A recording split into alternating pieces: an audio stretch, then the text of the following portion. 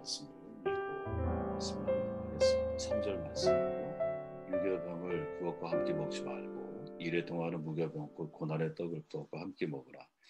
이는 내가 애굽 땅에서 급히 나왔으니 이같이 행하여 내 평생에 항상 내가 애굽 땅에서 나온 날을 기억할 것이니라. 아멘.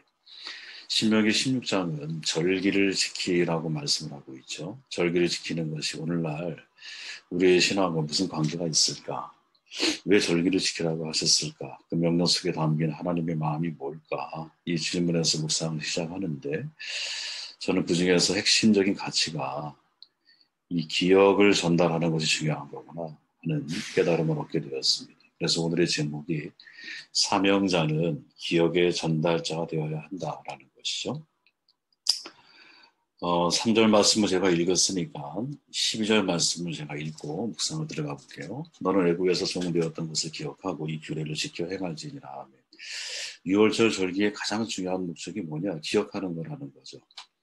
그것도 한 번 기억하는 것이 아닙니다. 성경에 보면 내 평생에 항상 애굽 땅에서 나온 날을 기억하는 것. 신앙은 기억하는 거라는 거죠, 여러분. 신앙은 망각하기 시작하면 사실은 신앙의 길에서 우리는 벗어나기가 쉽습니다. 신앙은 하나님이 우리를 위해서 행하셨던 모든 일들을 끊임없이 생각하고 끊임없이 기억하면서 그 하나님의 행하심이 나의 미래에도 함께 할 것을 믿고 우리는 걸어가는 것이죠. 역사가 무엇인가라는 책 다 읽어보셨을 겁니다. E.H. 칼이 아주 유명한 책인데 이렇게 말하죠. 현재와 과거와의 끊임없는 대화다. 이게 역사다. 이렇게 이야기를 하거든요. 과거를 외면한 채 오늘과 내일을 우리가 올바로 살 수가 있을까? 없다라는 거죠. 우리는 과거와 끊임없이 대화를 시도해야 하거든요. 과거는 현재를 향해 항상 말하고 있기 때문에 그 소리의 귀를 기울여야 한다는 거죠. 마찬가지로 모세는 출애굽 2세대를 향해서 지나온 40년의 역사를 회상하며 뒤를 돌아보게 하고 있죠. 과거로부터 여기까지 인도하신 하나님을 기억할 때 예측할 수 없는 미래를 향해서 담대하게 걸어갈 수 있기 때문입니다. 그러므로 지나간 시간 속에서 일하셨던 하나님을 기억하라라는 이 명령은 사실은 사명의 길을 걷는 사람에게 너무나 중요한 말씀인 거죠. 사명자는 기억의 전달자가 되어야 되는 것이죠. 내가 하나님과 사람 사이에서 우리가 어떤 역할을 감당할까 하니 생각해보면 내가 어떤 지위에 있든 또 어떠한 사역을 통해서 사람들과 하나님 사이에서의 역할을 감당할지는 모르겠지만 다 다르겠지만 그때 제일 중요한 것 중에 하나는 뭐냐면 그들로 하여금 하나님을 기억하게 만드는 기억의 전달자로서의 사명이 우리 모두에게 있다라는 거죠. 헤네나우의 신부의 말처럼 하나님의 은혜를 기억하고 생각나게 하는 역할을 우리가 해야 한다. 많은 사람들이 새로운 것을 추구하는 것은 대단히 열심이지만 사실은 과거 하나님이 우리를 역사를 통해서 해오셨던 일들을 잘 분석을 해서 이것이 어떻게 하나님이 우리의 현재 아니 우리의 미래에 이르기까지 어떻게 이것이 연결되어질지를 조명해 줄 수 있는 사람이 된다면 참 훌륭한 사역자가 되지 않을까 하는 생각을 해보게 되었습니다. 제가 개인적으로 좋아하는 시편이 77편인데 아삽의 시죠. 신앙의 큰 위기를 만나요. 영적인 침체 가운데 빠지거든요. 영적인 침체는 누구에게나 찾아올 수 있잖아요. 그죠? 그때 이 아삽이 고백한 내용이 뭐냐. 주께서 영원히 버리실까? 다시는 은혜를 베풀지 아니하실까? 인자하심이 영원히 끝났는가? 그의 약속하심도 영구히 폐하였는가? 하나님 그가 베푸실 은혜를 잊으셨는가? 노하심으로 그가 베푸실 긍휼을 그치셨는가 하였나이다. 주님께 버림받은 느낌인 거죠. 이제 은혜가 끝난 것 같은 느낌이 들어요. 참으로 고통스러운 순간이거든요. 번역표의 말처럼 하나님 없이 하나님과 함께 살아가는 게 신앙의 길이지만 막상 내가 살아가는 삶의 현재에서 하나님이 함께 하고 계신다는 느낌을 이러한 어떤 확신을 내가 갖지 못하게 되었을 때는 사실은 굉장히 버림받은 느낌이고 혼자 있는 느낌이고 참 고통스러운 시간이거든요. 근데 그러던 중에 이 시편 아삽이 13절에서 이상한 고백을 하잖아요. 하나님이여 주의 눈은 극히 거룩하시오니 하나님과 같이 위대하시니 누구오니까. 주는 기이한 일을 행하신 하나님이시라. 민족들 중에 주의 능력을 알리시고 주의 팔로 주의 백성 곧 야곱과 요셉의 자손을 성량하셨나이다. 셀라. 하나님의 위대하심을 갑자기 찬양을 해요. 영적인 침체에서 회복이 이루어진 것이죠. 어떻게 이 짧은 구절 사이에 이러한 변화가 가능했을까? 그 해답이 저는 11절에 있다고 보는 거예요. 그 여호와의 일들을 기억하며 주께서 옛적에 행하신 기이한 일을 기억하리이다. 영어로 보면 여러분 중요한 두 가지 동사가 나오는데 하나는 remember고 또 하나는 repent라고 하는 단어예요. 뭐냐? 기억하고 회개했다라는 거예요. 이게 우리에게 있어 굉장히 중요한 거라는 거예요. 우리가 인생을 살아가다 보면 현재의 나에게 주어져 있는 상황과 환경 때문에 내가 하나님에 대해서 하나님의 구제의 현상 혹은 하나님이 나에게 은혜를 베푸신 걸 잊으신 것은 아닐까 하는 두려움이 우리의 마음 가운데 생길 수 있거든요. 언제든지 우리는. 그런데 그런 상황이 우리가 직면하게 되었을 때 어떻게 영적 침체를 벗어날 수 있느냐? 이 아삽의 방법을 그대로 우리가 우리 자신의 삶 가운데 적용하는 거라는 거죠. 무엇을 기억해요? 하나님이 나에게 옛적부터 나에게 행하신 일들을 기억을 해야 되는 거예요. 그리고 그 행하신 일들을 돌아보고 났더니 지금 내가 반응하고 있는 것이 하나님 앞에 야, 이건 내가 불신앙이구나. 하나님이 안 계시기 때문이 아닌데 내가 왜 이렇게 하나님 은혜에 대해서 버림받은 것 같은 느낌을 가지고 내가 왜 이렇게 살아야 될까? 내 자신을 거기서 멈추는 거죠. 그래서 여러분 신앙은 기억하는 게 대단히 중요합니다. 기억이 신앙의 본질이라고 말할 수 있을 거예요. 하나님이 과거에 나를 붙들고 인도해 오시던 은혜를 기억하고 현재 내가 흐트러져 가는 마음을 바로잡고 예측할 수 없는 미래지만 은혜로 나를 이끌어 가실 것을 기대하며 걸어가는 것. 그래서 성경은 끊임없이 기억하라고 외치는 것이고 이 기억의 행위가 우리를 믿음의 삶으로 이끌어 간다고 우리에게 말해주고 있는 것이죠. 구약은 여러분 하나님이 행하신 일들이 계속 반복되는 사건이라는 거 알고 계시죠? 여러분 사사기 같은 경우 가나안에 들어가서 사사의 시대가 이제 되잖아요. 그때 계속 반복되는 패턴이 뭡니까? 하나님 말씀을 이스라엘이 불순종해 타락을 해. 또 하나님이 사사를 보내서 그들을 쳐요. 그럼 그들이 돌이키고 회개를 해. 그러면 다시 그들에게 평화가 주어져. 이 역사의 끊임없는 반복이거든요. 근데 이 반복이 사실은 우리의 삶의 반복일 수 있다라는 거지. 그것을 어디서 무엇을 통해 우리가 알아가는 거예요? 성경에 있는 말씀을 통해서 배워가고 알아간다라는 거. 그리고 우리의 미래를 예측해 갈 수 있다라는 것이. 11절 말씀을 한번 읽어볼게요. 11절. 너 아래 자비와 노비와 내 성중에 있는 레위인과 및 너희 중에 있는 객과 고아와 과부와 함께 내 하나님 여호와께 자기 이름을 두시려고 택하신 곳에서 내 하나님 여호와 앞에 즐거워할지라. 14절. 절기를 지킬 때에는 너와 내 자녀와 노비와 내 성중에 거주한 레위인과 객과 고아와 과부와 함께 즐거워하라. 똑같은 말씀이 반복이죠. 그러나 절기는 다른 거예요. 위에는 77절, 밑에는 초막절입니다. 근데 77절과 초막절에 노비, 성중에 있는 레위인, 그리고 객, 고아, 과부와 함께 하나님의 이름을 두시려고 정하신 곳에서 함께 어떻게 즐거워해야 한다. 이렇게 선언을 하고 있죠. 참 중요한 장면이라고 봅니다. 지금 이 함께 해야 할 대상의 공통점이 있다면 딱 하나예요. 공통점이 있어요. 그러니까 그들은 기업이 없는 사람들이라는 거죠. 그죠? 기업이 없다라고 하는 것은 절기에 따른 소출이 없다라는 말이거든요. 땅이 없으니까 내가 소출해야 할 게 없잖아요. 따라서 하나님께 예물을 드리고 싶어도 드릴 수 없는 사람들이라는 거예요. 그죠? 절기를 통해서 하나님께 예물을 드리고 싶은데 기업이 없어서 드릴 수 없는 사람들, 소외된 사람이죠. 가난한 사람이죠. 진짜 고아와 과부와 같은 사람인 거예요. 그죠? 근데 절기 때마다 어떻게 그들을 기억해서 함께 하나님의 이름을 두려고 하셨던 그 장소에 나와서 기뻐해요. 즐거워해요. 이렇게 말하고 있는 것이죠. 저는 여기서 참 중요한 하나님 메시지를 받는 이게 사랑의 연결이구나. 이게 사랑의 연결이구나. 나에게 다시 보상할 것이 없는 사람을 향해서 베푸는 게 진짜 하나님이 원하시는 구제잖아요. 지금 이들이 마치 그와 같은 사람들입니다. 왜? 기업이 없는 사람들입니다. 사명자가 뭘까? 사명 속에는 무엇이 담겨 있을까 질문해 보면 사랑의 연결이 담겨 있구나. 특히 누구를 향해서 함께 있는 낮은 사람들을 연결해야 할 사명이 우리 가운데 있다라는 거죠.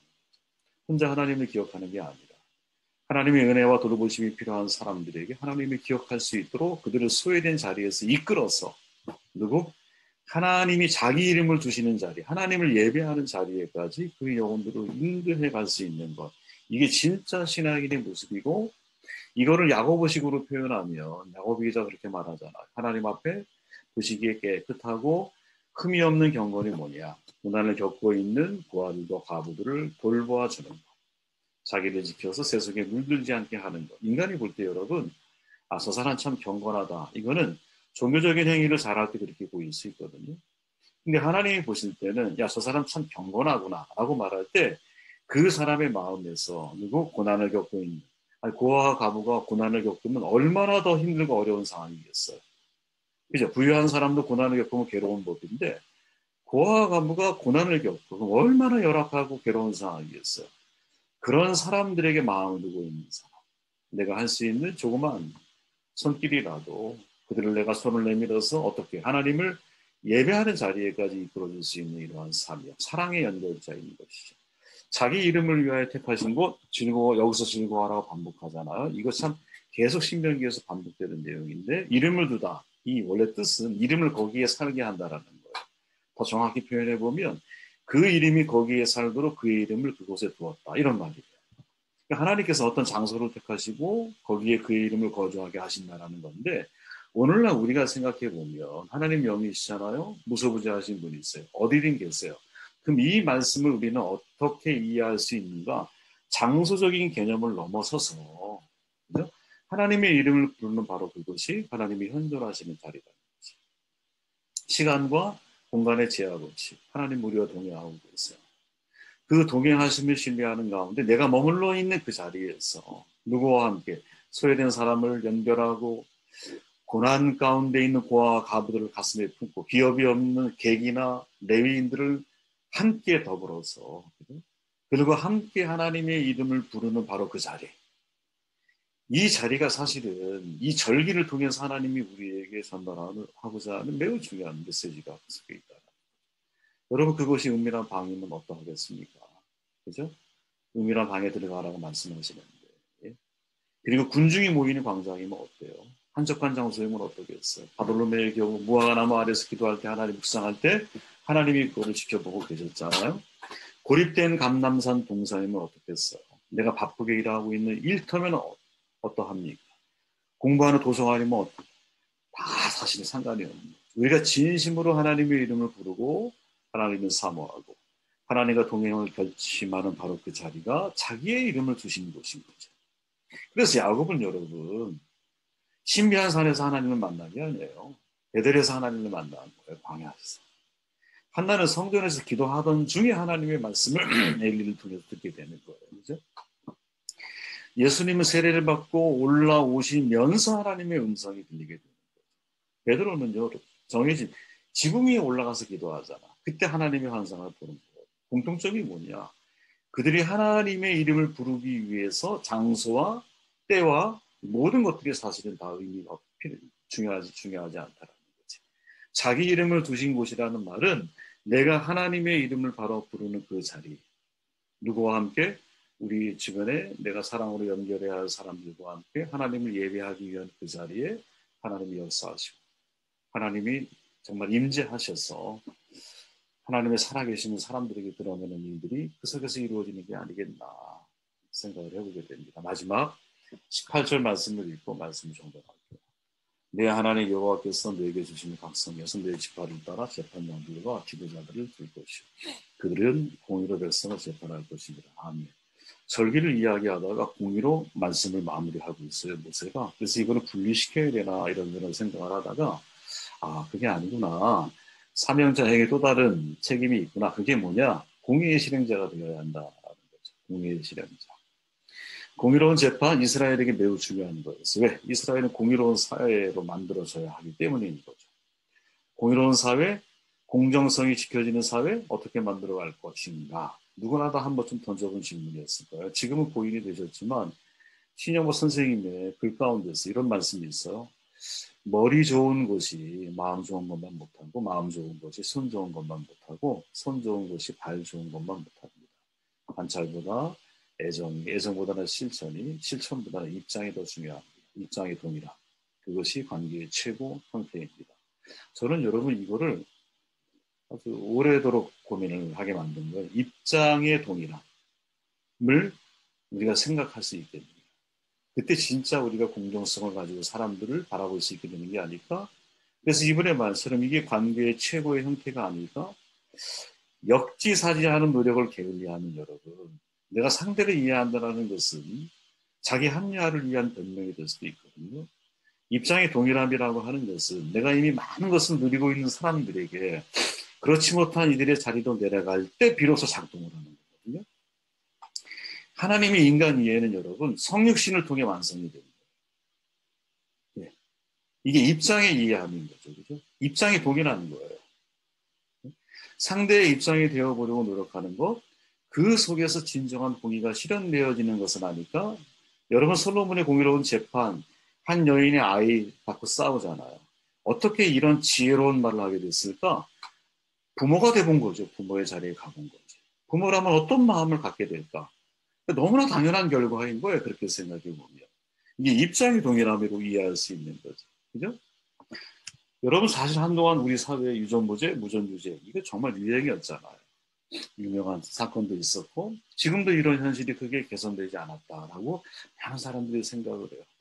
한 명을 죽이면 여러분 살인자야.